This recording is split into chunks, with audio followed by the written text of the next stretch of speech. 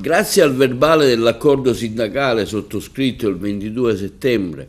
tra l'ANCE di Agrigento e le organizzazioni sindacali di categoria Filca CISL, Fillea CGL e Feneal UIL, sono state incrementate le prestazioni in favore dei lavoratori edili ed è stata introdotta una nuova prestazione come il premio di primo ingresso dei giovani del settore edile nella provincia di Agrigento,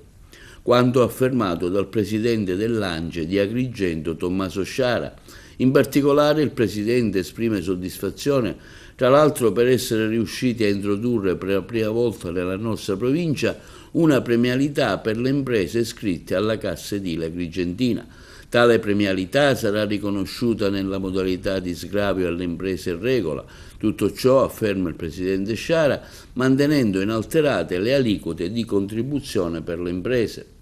Siamo convinti, come ANCE Agrigento, conclude il presidente Tommaso Sciara, di aver intrapreso un percorso virtuoso per dare un contributo di sostenibilità e sviluppo alle imprese del settore delle costruzioni della nostra provincia che si adeguano correttamente alla normativa, nonché ai lavoratori del settore.